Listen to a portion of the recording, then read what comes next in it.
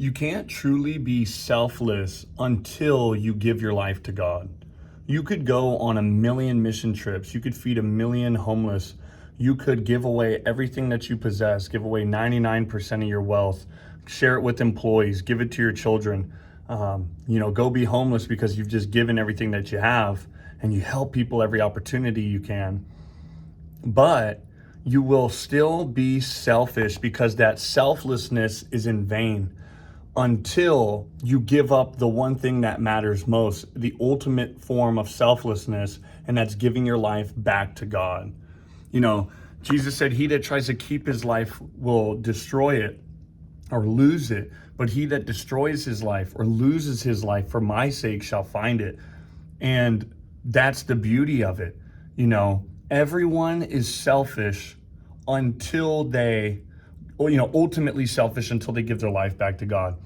Then the Holy Spirit will purge you of that selfish nature of the flesh and help you become more like Christ, help you become more ultimately like God and be a spitting image of his son, through the course of our life, ideally, right?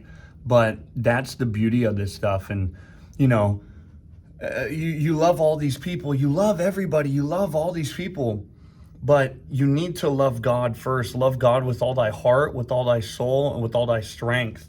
We have to love God first. We have to put his wants, his desires, his will first. It doesn't matter how much you help somebody if you're not, giving God what he asks of you. You give somebody food that's hungry, that's great. You give somebody clothes that needs them, that's great. But if you still aren't giving God what he's asking of you, then all of it is in vain. So until you give your life to God, you are still struggling with the peak form, the pinnacle of selfishness.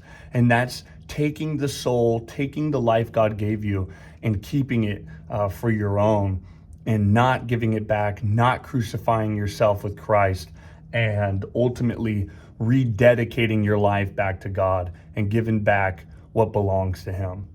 God bless.